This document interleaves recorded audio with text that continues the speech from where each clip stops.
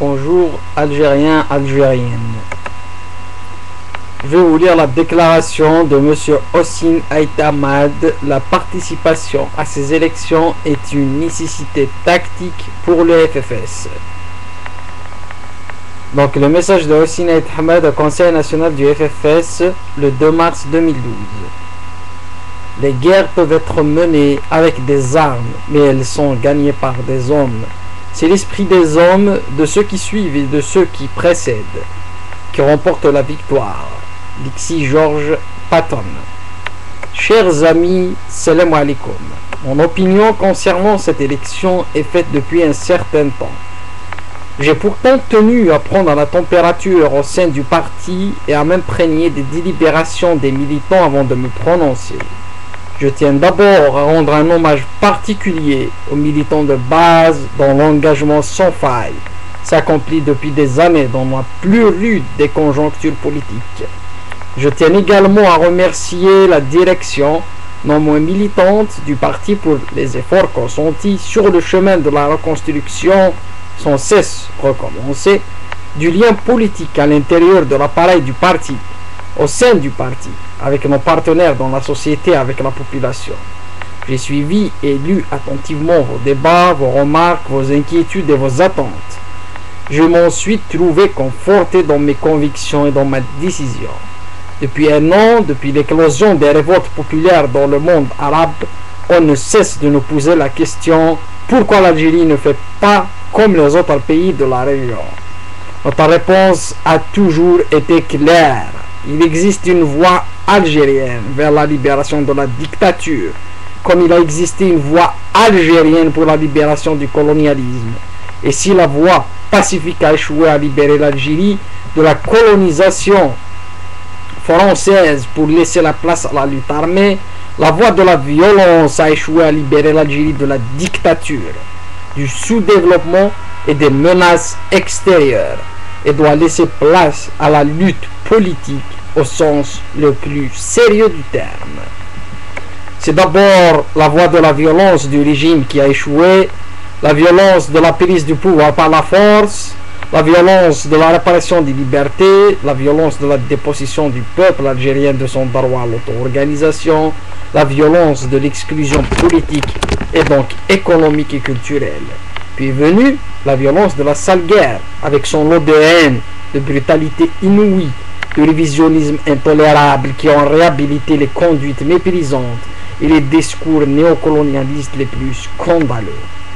Derrière la guerre au terrorisme et derrière la Libye du néolibéralisme économique, le pays a été renvoyé plusieurs siècles en arrière, et je n'exagère rien.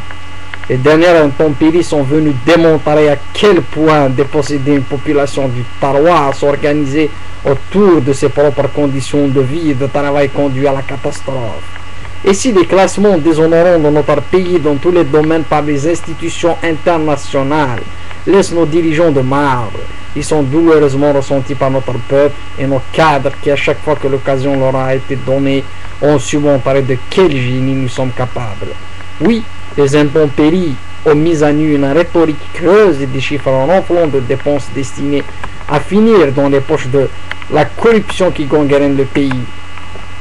Ce n'est pas seulement le pouvoir central qui se désintéresse de ce qui se passe dans les régions, c'est le pouvoir local lui-même qui se retrouve totalement démuni parce que tout a été fait pour le réduire d'abord au contrôle et donc en soutien populaire, ensuite en moyens et en prérogatives.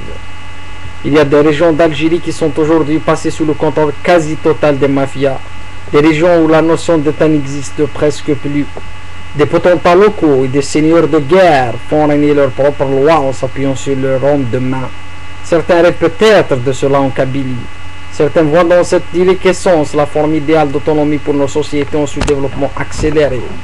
Voient de l'écrasement de l'encadrement politique de la population sous la puissance de l'argent sale, de la violence et de la manipulation des foules. L'autre voie violente qui a échoué et a activement participé à la régression du pays est celle de l'intégrisme. L'intégrisme islamiste et l'intégrisme anti-islamiste ont combattu le pluralisme irréductible de notre société. Ils ont tous deux contribué à aggraver les dégâts préalablement occasionnés par l'autoritarisme et l'intolérance du parti unique. Les deux ont également servi de base de manipulation des passions et des personnes par la police politique du régime. Et c'est une violence supplémentaire que de réduire l'importance de toutes ces violences cumulées dans l'état de délabrement actuel du pays. Demander aux Algériens d'aller voter pour sauver le pays des périls sans rien changer de sa démarche est une des inconséquences habituelles de ce pouvoir. Car avant tout autre, c'est sa démarche qui est en cause. On vient nous dire aujourd'hui que le pays est en danger, qu'il traverse un moment sensible. De votre discours qu'aucune vision politique ne porte et que n'incarne aucun programme sérieux de sortie de crise. On ne nous apprend rien. Cela fait des décennies que nous vous disons que votre démarche conduit le pays à sa perte. Et vous venez maintenant nous dire que le pays est en danger, tout en persistant dans votre vision biaisée, unilatérale et en manœuvrant sous-main vos réseaux pour qu'ils entravent notre travail de construction politique et pacifique de notre société. Votre démarche depuis le congrès de la Soumam se distingue de la vôtre par l'option stratégique de la primauté que nous accordons à la construction du politique. La primauté du politique parce qu'elle signifie l'engagement conscient et actif du peuple, parce qu'elle signifie l'organisation de la société autour de la défense de ses intérêts. La primauté du politique parce qu'elle signifie la concertation la plus large possible et le rassemblement conscient des volontés, non l'abdication, l'exacerbation des passions. La primauté du politique parce qu'elle exclut le recours à la violence entre Algériens dans la conduite de leurs affaires et dans la gestion de leurs différends. La primauté du politique parce qu'elle met en présence des citoyens égaux d'arroyant devoir et non des maîtres et des esclaves. La primauté du politique parce qu'elle se construit sur des pouvoirs et des contre-pouvoirs et parce qu'elle organise les rapports entre les deux.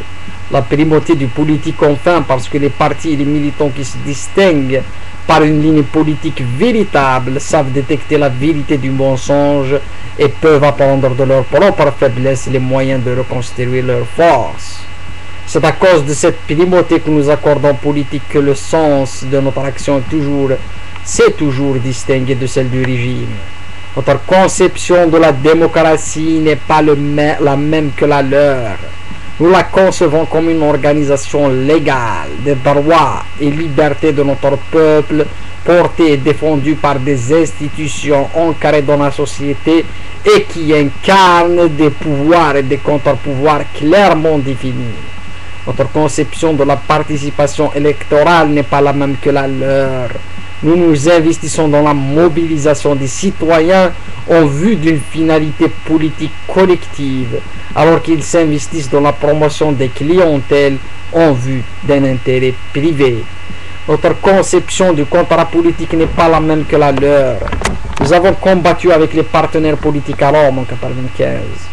Nous avons publiquement proposé au pouvoir une plateforme de sortie de crise en 14 points, en toute transparence, pour la gestion des différends au sein de la société, entre la société et le pouvoir. Ils ont été discutés dans des maquis ou ailleurs. Ils nous ont insinué par des fuites organisées dans la presse qu'ils avaient conclu un accord avec des groupes armés. Un accord dont personne ne sait toujours rien. Notre réconciliation n'est pas la même que la leur. Ils l'ont décrété au travers d'une charte qui interdit aux Algériens de porter devant la justice des crimes qui révèlent de cette sombre page de notre histoire. Au mépris de toutes les souffrances occasionnées à ce peuple, au mépris de toutes ses victimes, les morts, les disparus, les blessés, les traumatisés, les exilés, les déplacés, ils ont interdit aux Algériens de faire face à ce qui leur a été imposé et de s'en saisir pacifiquement en s'appuyant sur leur sens moral pour dépasser ce sombre épisode. Nous avons toujours défendu le principe d'une réconciliation qui s'appuie sur la vérité et la justice, comme préalable et comme garantie contre l'impunité autant que contre les ingérences.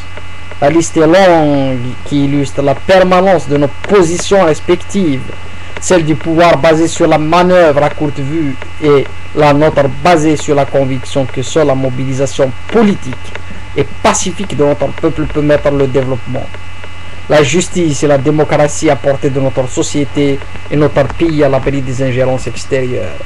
Pour toutes ces raisons, notre cheminement continue à diverger avec celui du pouvoir dans ses deux déclinaisons, celle qui s'exprime à l'intérieur du cadre institutionnel et celle qui attaque ce cadre sitôt qu'elle en est exclue. Chers amis, je considère que la participation à ces élections est une nécessité tactique pour le FFS qui s'inscrit en droite ligne de notre stratégie de construction pacifique de l'alternative démocratique à ce régime despotique, destructeur et corrompu. Je sais, nombre d'entre vous craignent la puissante attractivité de la mangeoire du régime. Cela, je les comprends, je partage leurs soucis et je les rassure. Nous pouvons, nous devons et nous allons nous donner les moyens du contrôle de notre participation. Cette participation a tiré les enseignements de nos lacunes de 1997 et nous allons tout mettre en œuvre pour les combler. D'abord, parce que notre but ne réside pas dans un quota de sièges à atteindre, notre but est dans la remobilisation politique et pacifique de notre parti et de notre peuple. C'est là l'essentiel de notre décision, remettre du mouvement dans le statu quo. Le pouvoir a conduit le pays dans une impasse, une triple impasse, celle du pouvoir, celle du pays et celle de la Kabylie. Le démantèlement du pouvoir partout dans le pays a particulièrement ciblé la Kabylie parce qu'elle a pendant des décennies constitué le réservoir de mobilisation démocratique et de contestation politique du pays. Ces 20 dernières années ont constitué une régression phénoménale dans tous les domaines à l'échelle nationale. Le renforcement du régime s'est fait dans le sillage du démantèlement de structures de l'État partout à travers le pays. En Kabylie, c'est également au démantèlement d'une organisation et d'un engagement politique de la population qu'il a été procédé, car ces derniers s'étaient maintenus dans la région contre vent et marée. Je vous ai longuement décrit ce processus machiavélique dans ma note sur les roches. Chers amis, aujourd'hui plus que jamais, c'est sur chaque militant et chaque militante que nous devons nous appuyer pour gagner la bataille de la mobilisation politique. C'est en toute sérénité que le parti doit aborder cette étape de son parcours et dans le respect de tous ceux qui, hors du parti, défendront de manière respectable d'autres visions que la nôtre. Mais il est exclu que quiconque nous donne des leçons politiques en démocratie, en militantisme, en patriotisme, en taqwélisme. Nous n'avons aucune leçon à recevoir ni de ceux qui veulent nous apprendre comment défendre notre parcours, qu'ils n'ont pas, ni de ceux pour qui l'engagement ne fut qu'une alternance de trahison. Trahir une cause puis une autre avec les responsabilités politiques, l'outrance verbale et le mensonge comme seule constante. Nous avons appris dans la pratique des êtres à identifier et choisir ceux qui nous agréent comme camarades, comme frères et comme amis, et ceux qui ne nous agréent à aucun de ces titres mais que nous supportons car ils sont malgré tout des compatriotes. Chers amis, une fois la décision du Conseil national prise et rendue publique, nous allons nous concerter et dégager ensemble la stratégie et les moyens à mettre en œuvre pour les étapes suivantes. Je vous transmets mes sincères salutations, militantes, Hossein Aït Ahmed.